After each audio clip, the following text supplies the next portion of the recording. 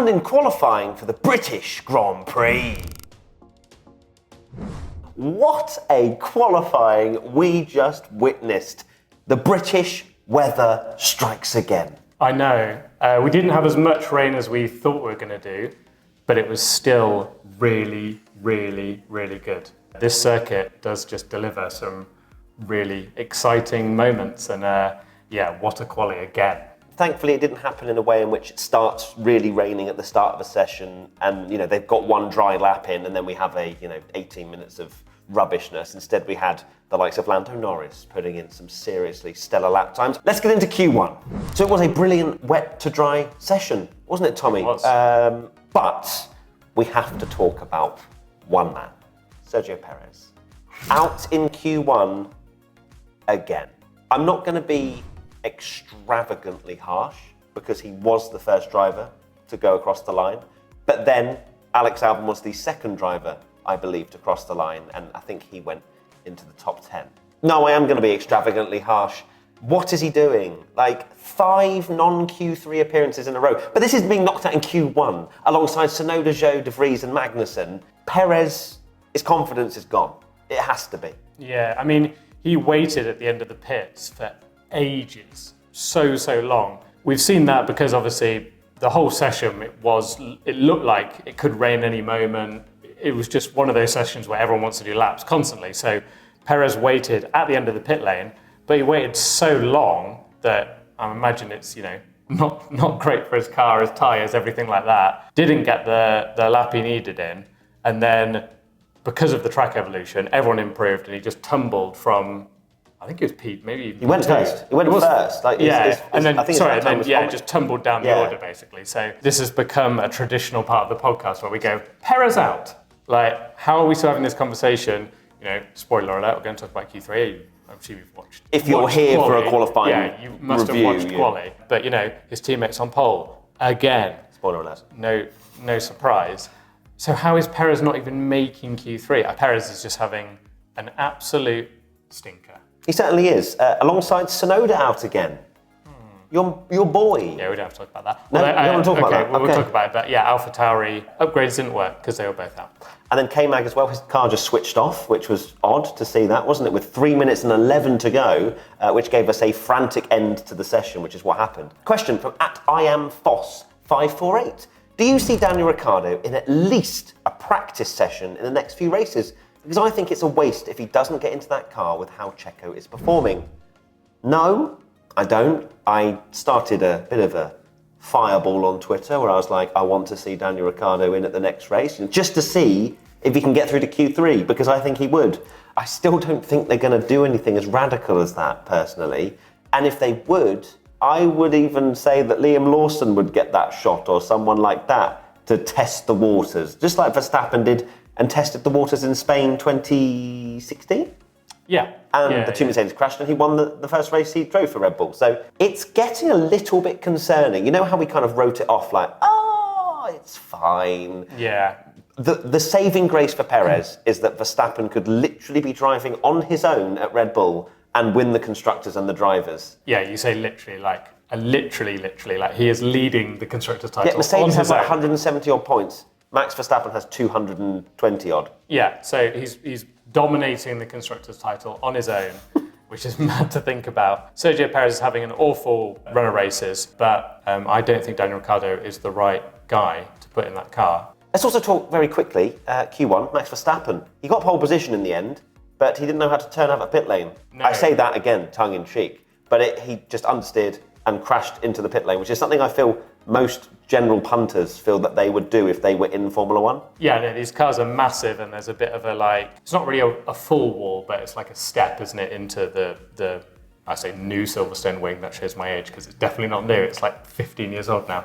I walked outside to have a look at this because we had lovely hospitality this weekend. Shout out. I looked down at the balcony and I was like, I'm going to watch them come out the pits, see a bit of the action. The second I peered over, Verstappen comes out the pits and you just heard a smash. And I was like, oh my God, he's hit the wall. And then I don't know what was louder, the crunching noise it made or the crowd unsurprisingly cheering because obviously. So did the crowd notice immediately? That he'd like had a problem and the Red Bull team came over and like pushed him back and the crowd started cheering and stuff. But very uncharacteristic mistake. Right, let's move on to Q2. Out in this session was Hülkenberg, Stroll, Ocon, Sargent and Bottas. Bottas, as far as we're aware right now, is set to be excluded because he couldn't give a fuel sample after stopping out on track. Not that really would have affected anything. He qualified 15th anyway. I want to say disappointing for Logan Sargent with a car that quite clearly had some minerals this weekend. Perhaps these conditions didn't really suit the Williams as much as just a bone-dry qualifying session would have after what we saw in practice. Yeah, because Albon wasn't as quick as he normally was as well, so maybe Williams will be the goats if we went to like Saudi Arabia or something, but it wasn't a night race. No, we're definitely in England. So yeah, Sargent 14th, but disappointing. Ocon as well had a very odd incident dive bombing Lance Stroll into the last couple of corners before they started their lap. Those two get on very well. Like, they're really mates. Close, good mates. I think they might have a word about that afterwards because it was very messy. It was very messy, and then Ocon also, I believe, blocked Charles, right? Mm-hmm. Who they're also mates. But Ocon maybe has some post-race penalties on the way. So post-race? Sorry, post-quali. We're already something, not yet. I mean, it's becoming a bit... If he does, I've already seen jokes of like... It's become a meme on social media. If you look at any incident now, people go 5-second penalty for Ocon as a comment. Yeah. And if he gets penalty again, it's just becoming even more of a meme, isn't it? Right, let's move on to Q3 now. And, well, we had a big old moment, did we not? Lando Norris, out of nowhere, sticking it on provisional pole with only, I think it was Verstappen and Albon left to set their laps. I screamed. Yes, you did. And so did you. Yeah. We were in Mercedes hospitality. To be fair, everyone was cheering. It was true. It wasn't like everyone looked at us like... Yeah, but it was incredibly exciting. They were like sort of calm, composed cheering. We were like we'd just seen, the first coming of Christ sort of thing. Like it was intense. But a McLaren 2-3. Unbelievable. Good evening. I think everyone on Twitter needs to give an apology to Mika Hakkinen, who said that McLaren would get upgrades, they'd be the biggest surprise of the year, and they would challenge Red Bull. If you find the tweet when Hakkinen said that, and look at the replies, and everyone goes, what are you smoking, what are you drinking, or whatever, he's got it right. Well, because for now. In a slippery qualifying, which we know... It was dry at the end, but... to a degree. Yeah. McLaren fans absolutely buzzing now, I bet. Absolutely. You've got to say as well, not just Lando, Oscar Piastri. I have said this from day one. This man has got potential and he showed it today. What a performance from the pair of them. Right now, McLaren have an amazing opportunity to start clawing back the points that they lost at the start of the year when they were driving tractors.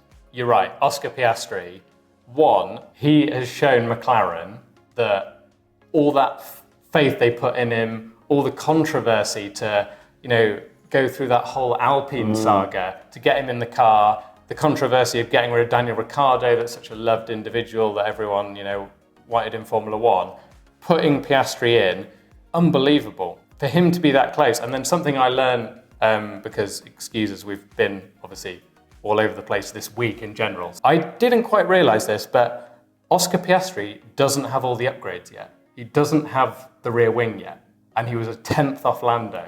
That is an unbelievable performance from Piastri. At Aaron Cole asks, will McLaren be the next big car behind Ferrari, Mercedes and Aston Martin? Well, why do they have to be behind them? I think alongside them at this rate. And one thing that sort of cropped into my mind that perhaps we potentially start to see with the fact Verstappen can literally win the championship on his own is that Red Bull may not take many more strides forward here, and it's actually the teams behind that are starting to take much bigger leaps. There are glimpses of hope that potentially as this season progresses, Red Bull, with of course they have the penalty, they have these things that they have to take into account with their reduction in the cost cap, that they can't just spend as much as they want to continue developing 23 and then into 24. So I wonder if we get to the second half of the year, as much as we might not have a championship challenge because Verstappen will be 400 points down the road, we start to see different winners, different pole position sitters. Verstappen, it really isn't helping this theory that the season would be so much better without Verstappen.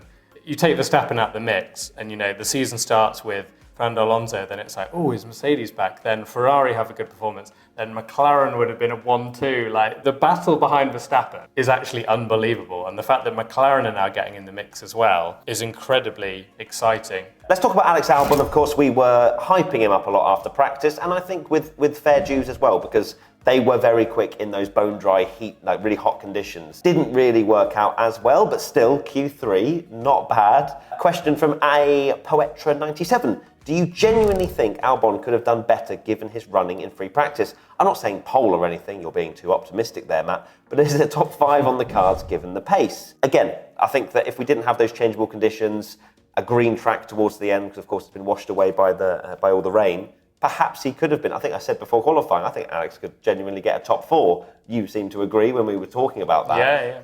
But having these changeable conditions, it just sometimes doesn't work in your favour, and I think they'll still be very happy with P8, don't get me wrong. But it's still very promising, again. Yeah, can you imagine saying last year that we'd say Alex Albon, P8 in a Williams, not a bit disappointing, not what they expected. I mean, that just shows the strides that Williams have made. It's going to be interesting to see what they can do in the race, because we don't tend to see Williams overtake anyone. They're normally that car that just stays out and no one can get past them. So maybe Albon goes for like a long strategy or something and does well there. But yeah, he just stays out for however many laps, 50 odd laps on the hard tyres, doesn't pit till the last lap, and gets some points. That would be lovely, wouldn't it? Also want to mention before we go, Charles Leclerc out-qualifying Carlos Sainz by a whopping 100th of a second. Those two still unbelievably close again. George Russell right behind, getting out-qualifying Lewis Hamilton, which I'm sure didn't go down too well with the Team LH fans here this weekend.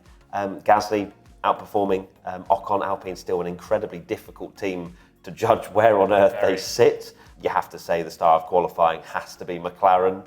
Where do we genuinely think they're going to finish, though, come the end of Sunday? For me, I think they're right in the fight with Ferrari, with Mercedes. They're ahead of them. They've got both of them as well. It's not like Lando's on his own and he's going to have to deal with Leclerc and Sainz doing split strategies. Yeah, I could see Lando legitimately fighting for a podium. P3? Yeah, I think P3. Like I could see it happening. Like I predicted. I did also predict Perez to win, so.